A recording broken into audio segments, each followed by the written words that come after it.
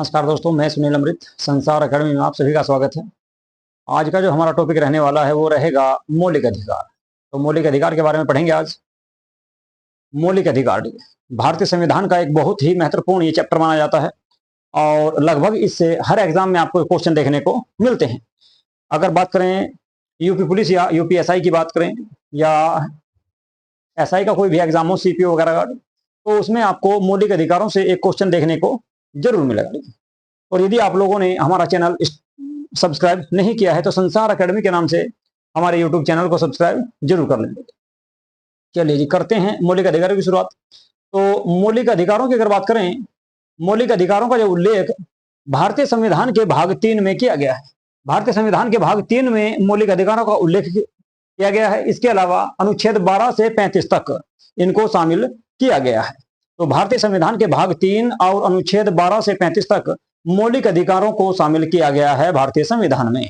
इसके अलावा अगर बात करें इनको कहां से लिया गया है, तो मौलिक अधिकारों को यूएसए के संविधान से लिया गया है। मौलिक अधिकारों को यूएसए के संविधान से लिया गया है। इसके अलावा बात करें अगर, तो मौलिक अधिकारों को मैग्ना कार्टा के नाम से भी जाना जाता है। मौलिक अधिकारों को मैग्ना कार्टा के नाम से भी जाना जाता है। और ये मैग्ना कार्टा की जो अवधारणा है ये इंग्लैंड से ली गई है। ये इंग्लैंड से ली गई है क्योंकि इंग्लैंड में मौलिक अधिकारों को मैग्ना कार्टा के नाम से जाना जाता है। और आप सबको पता है कि भारत पर काफी लंबे समय तक इंग्लैंड ने शासन किया है, जिस कारण भारतीय संविधान में बहुत सारा जो प्रभाव आपको देखने को मिलेगा वो इंग्लैंड के संविधान का मिलेगा। अब बात करें मूल संविधान की। मूल संविधान उस संविधान को कहा जाता है जो 26 जनवरी 1950 ईस्वी को लागू हुआ था। तो उस समय मूल संविधान में अगर बात करें मौलिक अधिकारों की, तो मूल संविधान में मौलिक अधिकारों की संख्या कितनी थी, तो 7 थी। मूल अधिकारों में या मौलिक अधिकारों में या मूल संविधान में मौलिक अधिकारों की जो संख्या थी टोटल वो कितनी थी, 7 थी। लेकिन वर्तमान में कितनी रह चुकी है, तो वर्तमान में मौलिक अधिकारों की संख्या 6 रह चुकी है। वे 6 कौन कौन से हैं उन सब के बारे में बात करेंगे अभी आगे, ठीक है। तो वर्तमान में मौलिक अधिकारों की जो संख्या है वो 6 है, जबकि मूल संविधान में कितनी थी, 7। मौलिक अधिकारों का उल्लेख भाग 3 में किया गया है। अनुच्छेद कहां से कहां तक है, तो 12 से लेकर 35 तक है। इन्हें कहां से लिया गया है, यूएसए के संविधान से लिया गया है और इन्हें मैग्ना कार्टा के नाम से भी जाना जाता है। मैग्ना कार्टा की जो अवधारणा है वो इंग्लैंड से आई है। इसके बाद बात करें कि आपका जो 7वां मौलिक अधिकार था संपत्ति का अधिकार, संपत्ति का जो अधिकार था इसे वर्तमान में समाप्त कर दिया गया है, ठीक है। और कब किया गया, तो 44वां संविधान संशोधन हुआ था आपका 1976 इंदिरा गांधी की सरकार में, मोरारजी देसाई की सरकार में। 44वां संविधान संशोधन 1976 में हुआ। उसके माध्यम से संपत्ति के अधिकार को समाप्त कर दिया गया, जो अनुच्छेद 19 और अनुच्छेद 21 दोनों में दिया गया था।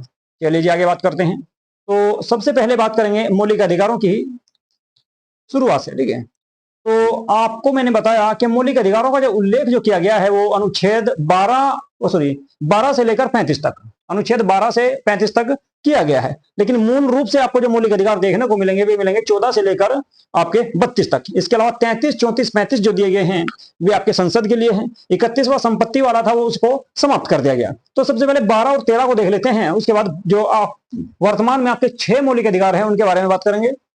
तो अनुच्छेद 12 जो दिया गया है उसमें मौलिक अधिकारों के संबंध में राज्य की परिभाषा का उल्लेख किया गया है। अनुच्छेद 12 में राज्य की परिभाषा का प्रावधान या उल्लेख किया गया है, ठीक है जी। चलिए इसके बाद बात करते हैं।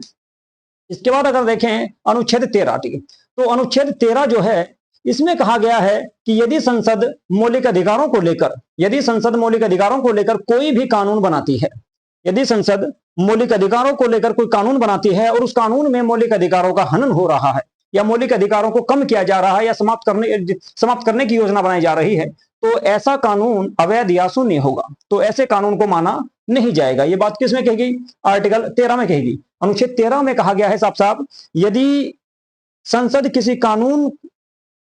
संसद कोई कानून बनाती है और उसमें मौलिक अधिकारों का हनन होता है तो ऐसा कानून अवैध या अमान्य होगा, ठीक है। इसी में लिखा हुआ है किसी कानून में सरकार मौलिक अधिकारों का हनन करती है तो ऐसा कानून अवैध या शून्य होगा। यही बात आपके आर्टिकल 13 में कही गई है। इसके बाद अब बात करें कि जो वर्तमान में 6 मौलिक अधिकार हैं कौन कौन से हैं उनके बारे में चर्चा करेंगे। तो वर्तमान में केवल 6 मौलिक अधिकार हैं। मूल संविधान में मैंने आपको बताया कि इनकी संख्या कितनी थी, तो 7 थी। मूल संविधान में इनकी संख्या 7 थी। लेकिन अब ये फिलहाल अगर बात करें वर्तमान संविधान की, तो वर्तमान संविधान में केवल 6 मौलिक अधिकार हैं। वर्तमान संविधान में कितने मौलिक अधिकार हैं? तो 6 मौलिक अधिकार हैं। 6 आपके सामने स्क्रीन पर है। नंबर 1 पर दिया गया है या नंबर ए में दिया गया है समता या समानता का अधिकार। समता या समानता के अधिकार की अगर बात करें तो इसमें आर्टिकल 14 से लेकर आर्टिकल 18 अनुच्छेद 18 तक इसमें शामिल किए गए हैं। अनुच्छेद 14 से अनुच्छेद 18 तक समता या समानता का जो मौलिक अधिकार है उसमें शामिल किए गए हैं। बी की अगर बात करें नंबर 2 की, तो स्वतंत्रता का अधिकार है। इसमें आपका 19 से लेकर 22 तक, अनुच्छेद 19 से 22 तक इसमें शामिल किए गए हैं। इसके बाद बात करें शोषण के विरुद्ध अधिकार, तो शोषण के विरुद्ध अधिकार में अगर बात करें तो इसमें 2 आर्टिकल आएंगे आपके 23 व 24, अनुच्छेद 23 और 24 इसमें शामिल किए गए हैं। इसके अलावा अगर बात करें नंबर 4 पर धार्मिक स्वतंत्रता का अधिकार, इसमें आपका 25 से लेकर 28 तक, अनुच्छेद 25 से अनुच्छेद 28 तक इसमें शामिल किए गए हैं। अनुच्छेद 25 से 28 तक इसमें शामिल किए गए हैं। सांस्कृतिक एवं शैक्षिक अधिकार की अगर बात करें, सांस्कृतिक एवं शैक्षिक अधिकार की अगर बात करें तो इसमें 2 आर्टिकल आएंगे 29 और 30, 29 और 30 दो अनुच्छेद इसमें शामिल किए गए हैं केवल। इसके अलावा बात करें नंबर 6 पर या नंबर एफ पर अगर बात करें संवैधानिक उपचारों का अधिकार, इसमें केवल अनुच्छेद 32 रहा है। तो ये आपके इस प्रकार से 6 मौलिक अधिकार हैं जो भारतीय संविधान में जिनका उल्लेख किया गया है। तो नंबर 1 की अगर बात करें मौलिक अधिकारों में, देखिए मैंने आपको बताया कि मूल संविधान में आपके 7 मौलिक अधिकार थे। एक जो संपत्ति का अधिकार था उसे 44वां संविधान संशोधन 1978 के द्वारा 78 के माध्यम से समाप्त कर दिया गया। वर्तमान में केवल 6 मौलिक अधिकार हैं। समता या समानता का अधिकार आर्टिकल 14 से 18 तक, स्वतंत्रता का अधिकार 19 से 22 तक, शोषण के विरुद्ध अधिकार अनुच्छेद 23 से अनुच्छेद 24 तक, धार्मिक स्वतंत्रता का अधिकार अनुच्छेद 25 से 28 तक, और सांस्कृतिक व शैक्षिक अधिकार ये रहेगा आपका 29 और 30। ठीक है। इसके अलावा अगर बात करें लास्ट में नंबर 6 की, तो संवैधानिक उपचारों का अधिकार, इसमें आपका जो है अनुच्छेद 32 है केवल। ठीक है। तो ये आपके 6 मौलिक अधिकार हैं। इन्हीं 6 को हमें डिटेल से पढ़ना है, तो चलिए आगे जो है इन्हीं के बारे में पढ़ते हैं। तो सबसे पहले देखेंगे समता या समानता का अधिकार। नंबर 1 पर जो दिया गया है समता या समानता का अधिकार, इसी के बारे में सबसे पहले पढ़ेंगे। ठीक है। समता या समानता का अधिकार नंबर 1 कह लो या ए कह लो इसको। ठीक है। समता या समानता का अधिकार, इसमें केवल आपके अनुच्छेद 14 से अनुच्छेद 18 तक इसमें चर्चा की गई है। ठीक है। अनुच्छेद 14, 15, 16, 17, 18 इसमें आपके 5 आर्टिकल दिए गए हैं। इन पांचों के बारे में समझते हैं। अनुच्छेद 14 जो दिया गया है, इसमें कहा गया है विधि के समक्ष, यानी कि कानून के लिए सब बराबर होंगे। विधि के समक्ष समानता, विधि मतलब कानून। ठीक है। कानून की दृष्टि में सभी को समान अवसर प्रदान किया जाएगा, इनके सबको समान माना जाएगा। ये बात कही गई है किस आर्टिकल में? तो अनुच्छेद 14 में ये बात कही गई है। ठीक है। क्लियर है। इसके बाद अनुच्छेद 15 की अगर बात करें, अनुच्छेद 15 में धर्म, जाति, लिंग, जन्म स्थान, धर्म, जाति, लिंग यानी कि महिला व पुरुष। ठीक है। जन्म स्थान यानी कि जहां पर आपका जन्म हुआ, आदि के विभेद पर रोक, यानी कि धर्म के आधार पर, जाति के आधार पर, लिंग यानी कि महिला और पुरुष के आधार पर, जन्म स्थान के आधार पर किसी के भी साथ किसी भी प्रकार का भेदभाव नहीं किया जाएगा। ठीक है। अनुच्छेद 15 में कहा गया है धर्म, जाति, लिंग, जन्म स्थान आदि के विभेद पर रोक, यानी कि धर्म, जाति, लिंग और जन्म स्थान आदि के आधार पर किसी भी व्यक्ति के साथ भारत में भेदभाव नहीं किया जाएगा। इसके बाद अनुच्छेद 16 की अगर बात करें, तो अनुच्छेद 16 में कहा गया है लोक नियोजन के अवसर में समानता, यानी कि सरकारी नौकरी या लोक अवसर, जो नियोजन मतलब नौकरियां। ठीक है। नौकरियों के अवसर में समानता, नौकरियों के अवसर में समान अधिकार दिए जाएंगे, सबको समान अवसर प्रदान किए जाएंगे। यहीं पर आपका जो है आरक्षण दिया गया है SC, ST, OBC और EWS को। SC, ST, OBC व EWS।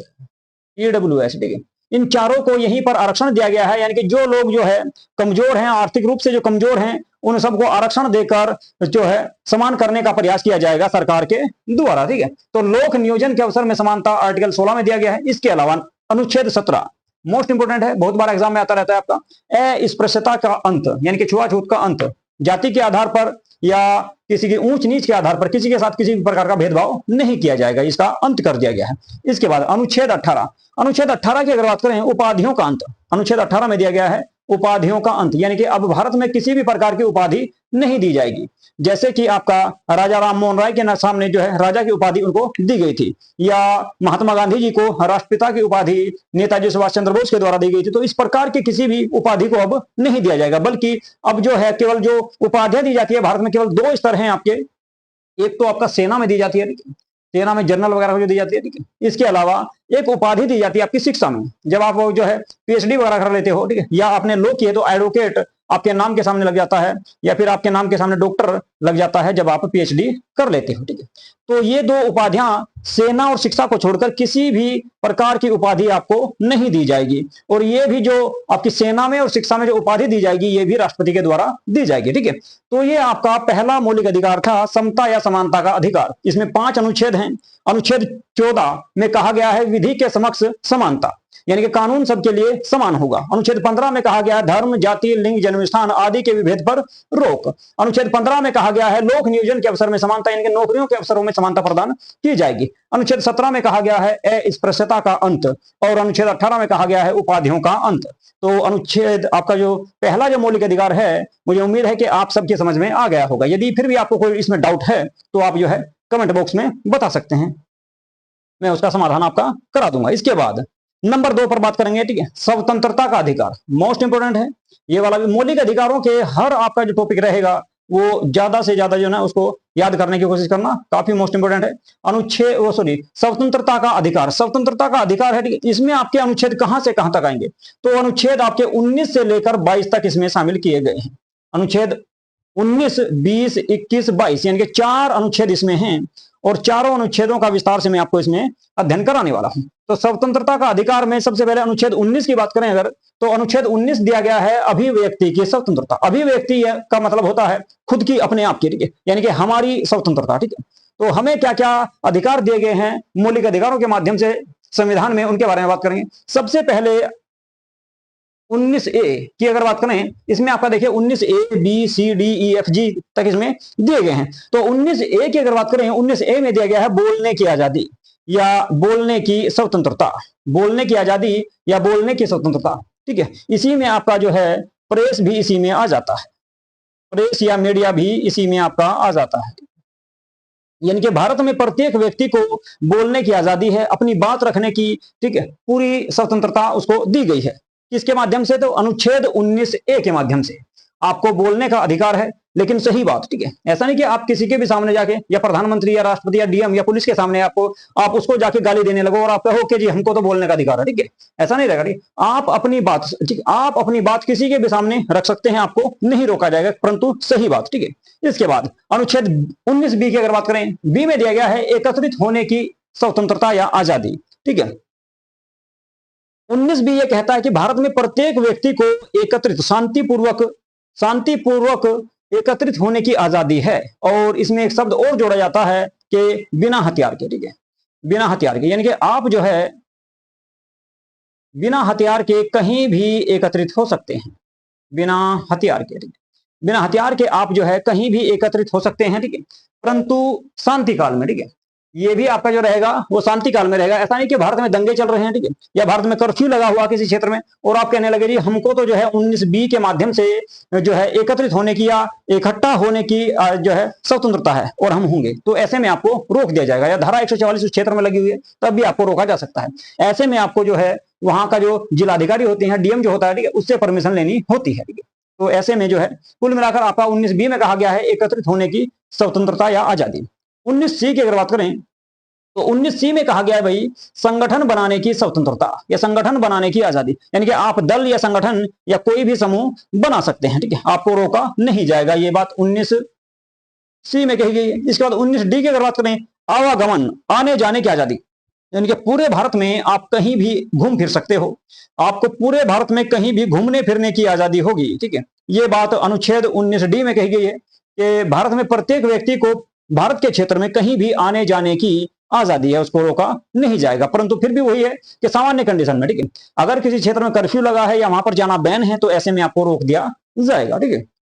इसके बाद 19E की अगर बात करें तो निवास करने की आजादी, यानी कि पूरे भारत में आपको कहीं भी निवास करने की स्वतंत्रता रहेगी। ठीक है, आप पूरे भारत में कहीं भी जाकर निवास कर सकते हैं। इसके बाद बात करें 19F की, इसको समाप्त कर दिया गया, इसको निरसित कर दिया गया। निरसित मतलब कि समाप्त, निरस्त कर दिया गया इसको। ये इसमें पहले संपत्ति का अधिकार था। संपत्ति का अधिकार अनुच्छेद 31 में भी था और 19E में भी आपका संपत्ति का अधिकार था। इसको समाप्त कर दिया गया है। कब? 44वां संविधान संशोधन 1978 के माध्यम से इसको समाप्त कर दिया गया, या मौलिक अधिकारों से निकालकर अनुच्छेद आपका 300A में उसको शामिल कर दिया गया है।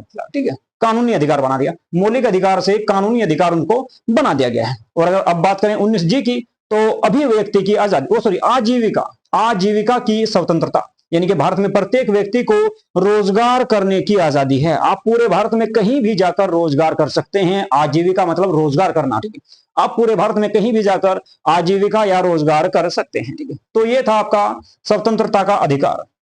मुझे उम्मीद है कि आप लोगों को ये समझ में आ गया होगा। एक बार फिर से मैं आपको इसको रिपीट कर देता हूं। ठीक है, अनुच्छेद 19 में कहा गया है अभिव्यक्ति, यानी कि हमारी खुद की आजादी या खुद की स्वतंत्रता। इसमें कौन कौन सा रहेगा? बोलने की आजादी। ठीक है, कई बार एग्जाम में आ जाता है वाक की स्वतंत्रता। वाक मतलब कि बोलना। ठीक है, वाक ये भी लिखा हुआ जाता है। वाक मतलब कि बोलना। ठीक है, बोलने की आजादी, या प्रेस, ठीक है, या मीडिया की आजादी। ठीक है, यानी कि आप जो है अपनी बात को कहीं भी किसी के भी सामने रख सकते हो, आपको बोलने से नहीं रोका जाएगा। अनुच्छेद 19B में कहा गया है एकत्रित, यानी कि आप कहीं भी पूरे भारत में एकत्रित हो सकते हो बिना हथियार के। ठीक है, लेकिन सामान्य कंडीशन में। ठीक है, जब सामान्य स्थिति हो उस क्षेत्र की, ऐसे में। 19C में कहा गया है आपका संगठन, यानी कि दल या संगठन या दल बनाने की आजादी या स्वतंत्रता। इसके बाद डी में कहा गया आपका 19D में आवागमन, पूरे भारत में कहीं भी आने जाने की आपको आजादी है। पूरे भारत में आप कहीं भी घूम फिर सकते हो, घूमने फिरने की स्वतंत्रता है। इसके बाद 19D के बाद अगर बात करें 19E की, तो आप पूरे भारत में कहीं भी निवास कर सकते हैं। आप पूरे भारत में कहीं भी जाकर निवास कर सकते हैं। 19E की अगर बात करें, इसमें संपत्ति का अधिकार था, उसे वर्तमान में निरस्त कर दिया गया है 44वां संविधान संशोधन 1978 के माध्यम से। इसके बाद 19G की अगर बात करें, आजीविका की आजादी, आजीविका की स्वतंत्रता, यानी कि आप पूरे भारत में कहीं पर भी रोजगार कर सकते हैं। ठीक है, आजीविका कर सकते हैं। ठीक है, अपने जीवन गुजारने के लिए। तो ये था आपका स्वतंत्रता का अधिकार। इसके बाद बात करेंगे ये आर्टिकल 19 था आपका। ठीक है, 19 आपका कंप्लीट हो चुका। इसके बाद 19 के बाद 20 की, अनुच्छेद 20 की बात करेंगे। ठीक है, तो अनुच्छेद 20 है आपका अपराध के दोष सिद्धि के संबंध में संरक्षण। अपराध के दोष सिद्धि के संबंध में संरक्षण, इसमें क्या क्या आएगा आपका, उसके बारे में देखते हैं। अनुच्छेद 20 अपराध के दोष सिद्धि के संबंध में संरक्षण, तो इसमें आपके 3 आपके प्रावधान किए गए हैं। अनुच्छेद आपका 20A, 20B और 20C। ठीक है, 20A, 20B और 20C इसमें आपके दिए गए हैं। तो ए में कहा गया है कि अपराध करते समय जो कानून था, उसी कानून के तहत आपको सजा मिलेगी। बी में कहा गया है कि एक अपराध के लिए एक ही बार सजा मिलेगी। और सी में कहा गया है स्वयं के विरुद्ध गवाही के लिए बाध्य नहीं किया जाएगा। अब इसको समझते हैं कि क्या इसका मतलब है। ठीक है, क्या क्या इसके प्रावधान है। अनुच्छेद 20A में कहा गया है कि अपराध करते समय जो कानून था, देखिए जैसे मान के चलिए कि 2016 की बात है। ठीक है, आपने ये मान लो कि ए है, ए नाम के व्यक्ति ने 2016 में कोई अपराध किया और उस समय उस अपराध की सजा 3 वर्ष थी। उस समय उस अपराध की सजा 3 वर्ष थी। उसके बाद भारत सरकार ने 2020 में उसी अपराध के लिए सजा बढ़ाकर कितनी कर दी? सजा बढ़ाकर कर दीजिए 6 वर्ष। ठीक है, और आपका मुकदमा 2016 से चल रहा है और आपको जो है आपके इस मुकदमे का जो फैसला आता है वो 2024 में आता है। मान लो कि 2024 में इसका फैसला आया, तो ऐसे में आपको जो है सजा 3 वर्ष की मिलेगी, न कि 6 साल की। क्योंकि 6 साल की जो सजा का प्रावधान किया गया है वो कब किया है? 2020 में। जबकि आपने अपराध कब किया था? 2016 में। और 2016 में जब आपने अपराध किया उस समय उस अपराध की सजा 3 वर्ष थी।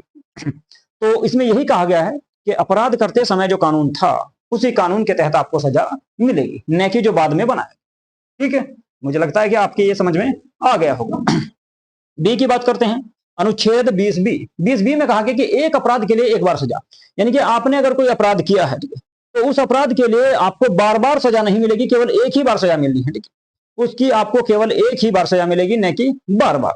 ठीक है, इसके बाद 20C की बात करते हैं, स्वयं के विरुद्ध, यानी कि अपने विरुद्ध, खुद के विरुद्ध गवाही के लिए बाध्य नहीं किया जाएगा। मान के चलो कि आपके विरुद्ध किसी ने चोरी की एप्लीकेशन दे दी। ठीक है, ये मान लो ए नाम का कोई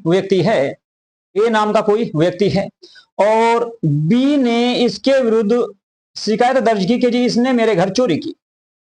तो ऐसे में क्या हुआ, पुलिस आई और एक को उठाकर ले गई। ठीक है, उसके बाद तो ए पर यह दबाव नहीं डाला जाएगा कि वो खुद गवाही दे कि भाई उसने अपराध किया या उसने चोरी की है, यानी कि वो कोर्ट में जाकर मना भी कर सकता है कि जी मैंने चोरी नहीं की है। ठीक है, तो कुल मिलाकर स्वयं के विरुद्ध गवाही के लिए बाध्य नहीं किया जाएगा, यानी कि अपराधी से यह नहीं कहा जाएगा कि तुम जो है इस बात को स्वीकार करो कि तुमने ही अपराध किया। ठीक है, यही बताता है आपका अनुच्छेद सी 20C। ठीक है, तो अनुच्छेद 20 में कहा गया है अपराध के दो सिद्धि के संबंध में संरक्षण, यानी कि जब आपने अपराध किया हो उस समय आपको क्या क्या अधिकार प्राप्त हैं। यदि आपने कोई अपराध किया, ठीक है, तो अपराध करते समय जो कानून था उस कानून के तहत ही आपको सजा मिलेगी। 20A में यह बात कही। 20B में कहा गया है कि एक अपराध के लिए एक ही बार सजा मिलेगी, न कि बार बार। और 20C में कहा गया है स्वयं के विरुद्ध यानी कि खुद के विरुद्ध गवाही के लिए बाध्य नहीं किया जाएगा। ठीक है जी, मुझे लगता है कि आपके ये जो है ये आपका अनुच्छेद 20 आपका समझ में आ गया होगा। ठीक है, यदि आपको कोई इसमें समस्या है तो आप कमेंट बॉक्स में बता सकते हैं, इसको दोबारा से मैं बता दूंगा अगली क्लास में। इसके बाद अनुच्छेद 21 पर चलते हैं। तो अनुच्छेद 21 में है आपका प्राण एवं दैहिक स्वतंत्रता, इसी को जीवन का अधिकार भी कहा जाता है। मोस्ट इंपोर्टेंट है क्योंकि सुप्रीम कोर्ट ने इस अनुच्छेद का बहुत बार विस्तार किया है, बहुत बार इस अनुच्छेद का सुप्रीम कोर्ट के द्वारा विस्तार किया जा चुका है और इसमें बहुत सारे प्रावधान इसमें शामिल किए गए हैं। तो अनुच्छेद 20 को जो है प्राण एवं दैहिक स्वतंत्रता या जीवन का अधिकार भी कहा इसको जाता है। इसमें देखिए क्या है, ठीक, इसमें आपका पहले अगर बात करें, ठीक है, स्वच्छ वायु, स्वच्छ वातावरण, स्वच्छ खाना, ठीक है, भोजन, ठीक है, ये सभी आपका जो है अनुच्छेद 21 के तहत आपका मौलिक अधिकार है। इसके अलावा रात को सोने का अधिकार है। ठीक है, इसके अलावा अगर बात करें, ठीक है, विदेश यात्रा करना, विदेश यात्रा करना, ठीक है, इच्छा मृत्यु, ठीक है, ये सभी आपके इसी में आएंगे। हथकड़ी ना लगाना वो भी इसी में आएगा आपका। ठीक है, तो इसमें जो है सुप्रीम कोर्ट के माध्यम से बहुत सारे इसमें जो है प्रावधान शामिल किए गए हैं। तो अनुच्छेद 21 में आपके अनेक प्रावधानों को शामिल किया गया है, जैसे कि स्वच्छ वायु, स्वच्छ वातावरण, स्वच्छ भोजन, इसके अलावा विदेश यात्रा करना, विदेश यात्रा करने के अलावा अगर बात करें, ठीक है, हथकड़ी ना लगाना, ठीक है, पुलिस के द्वारा जब उसको पकड़ कर ले जाया जाता है। इसके अलावा कह सकते हैं इच्छा मृत्यु इसी में आता है, निंद्रा यानी कि सोने का अधिकार इसी में है। ठीक है, रात को जो है सोने का अधिकार, तो इसमें बहुत सारे अधिकार जो है इसमें शामिल किए गए हैं। सुप्रीम कोर्ट के द्वारा अनेक बार इसका विस्तार किया गया है। जीवन साथी चुनने का अधिकार भी आपका इसी में आता है, 21 में। ठीक, तो ये सब आपका आर्टिकल 21 में आता है। इसके बाद बात करें अनुच्छेद 21A। देखिए अनुच्छेद 21A जो है ये मूल संविधान का भाग नहीं था, ये मूल संविधान का भाग नहीं था, इसे बाद में जोड़ा गया। तो कब जोड़ा गया? इसे जोड़ा गया जी 86वां संविधान संशोधन। 86वां संविधान संशोधन कब हुआ? 2003 में हुआ। 86वां संविधान संशोधन 2003 में हुआ था। एक बार पानी पी लूं।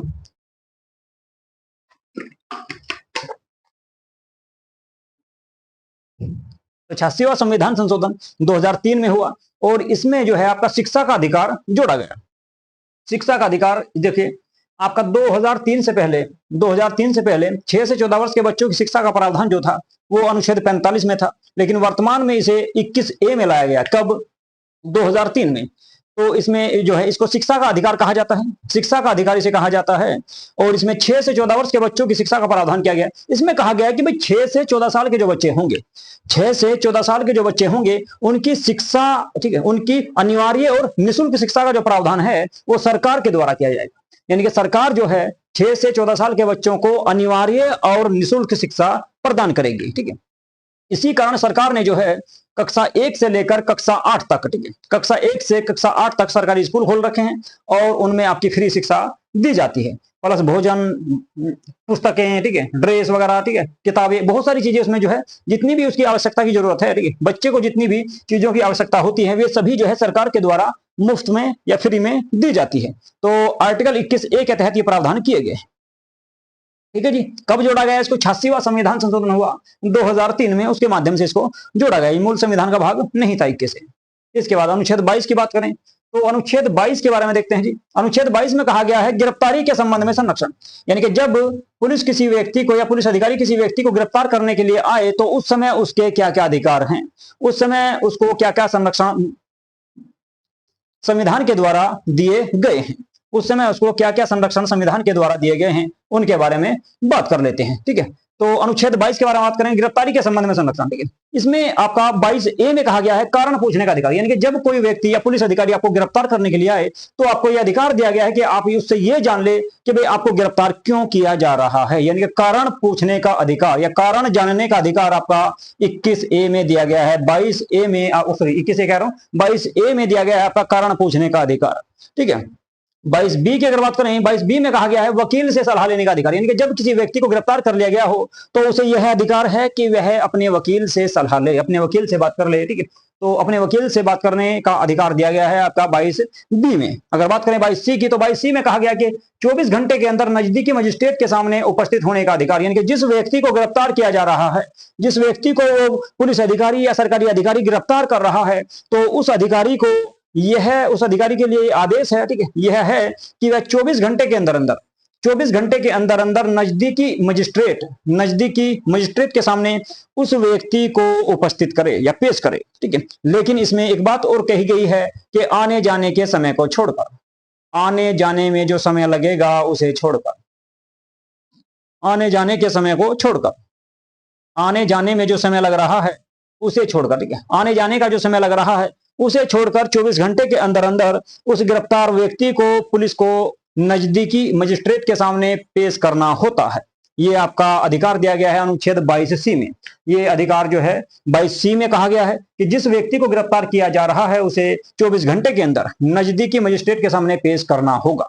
ठीक है, यदि पुलिस उसे रिमांड पर रखना चाहती है तो मजिस्ट्रेट की अनुमति के बाद ही रखेगी। ठीक है, लेकिन एक बार अगर उसको गिरफ्तार करके लेके चले गए और अपनी जेडी में उसका जो नाम चढ़ा दिया, ठीक है, जिस समय से भी उसका नाम चढ़ जाए तो उसके बाद 24 घंटे के अंदर अंदर उसे नजदीकी मजिस्ट्रेट के सामने पेश करना होता है। तो ये था आपका अनुच्छेद 22। अनुच्छेद 22 में गिरफ्तारी के संबंध में संरक्षण दिया गया है, यानी कि जब किसी व्यक्ति को गिरफ्तार किया जा रहा हो तो उस समय उसे क्या क्या मौलिक अधिकार दिए गए हैं, उसे कहा गया है भाई ए में कहा गया है कारण पूछने का अधिकार, यानी कि जब भी किसी व्यक्ति को पुलिस गिरफ्तार करने के लिए आए तो उसे यह अधिकार है कि वो ये जाने कि भाई उसे गिरफ्तार क्यों किया जा रहा है, यानी कि कारण पूछने का या कारण जानने का अधिकार इसमें दिया गया है। 22B में है वकील से सलाह लेने का अधिकार, यानी कि अपनी मनपसंद वकील से वह सलाह ले सकता है, उसको रोका नहीं जाएगा। और 22C में कहा गया है आपका 24 घंटे के अंदर नजदीकी मजिस्ट्रेट के सामने उपस्थित होने का अधिकार है उस व्यक्ति को आने जाने के समय को छोड़कर। तो पुलिस अधिकारी को उसे 24 घंटे के अंदर नजदीकी मजिस्ट्रेट के सामने पेश करना होगा। तो आज की क्लास को यहीं तक रखेंगे क्योंकि जो है ये मौलिक अधिकार है, ठीक है, और बहुत जरूरी है, मोस्ट इंपोर्टेंट है। ठीक है, और क्लास भी ज्यादा लंबी हो जाएगी। ठीक है, तो इनको मैं 2 पार्ट में आपको कराऊंगा। ये पार्ट ए रहेगा आपका, ठीक है, ये आपका अनुच्छेद आपका 12 से लेकर 22 तक आज मैंने कराए हैं। कल को आपके 23 से लेकर अगली जो क्लास आएगी वो 23 से लेकर 35 तक उसमें कराऊंगा। ठीक है, तो इसमें मैंने आपको आज जो मौलिक अधिकार कराए हैं वे कराए हैं आपके आर्टिकल 12, 13, 14, 15, 16, 17, 18, 19, 20, 21 और 21A और 21, 22। ठीक है, ये सारे मौलिक अधिकार मैंने इसमें कराए हैं। यदि इनमें आपको कोई समस्या है, किसी भी प्रकार की कोई दिक्कत है, ठीक है, तो आप जो है कमेंट बॉक्स में जरूर लिखें। ठीक है, मैं उसका जो है अगली वीडियो में उसका समाधान आपको जरूर करा दूंगा। ठीक है, तो आज की क्लास को करेंगे यहीं पे समाप्त। नमस्कार। और जिन बच्चों ने चैनल को सब्सक्राइब नहीं किया है या चैनल पर पहली बार आए हैं तो वे चैनल को सब्सक्राइब जरूर कर लें और वीडियो को लाइक करें, शेयर करें। ठीक है, नमस्कार।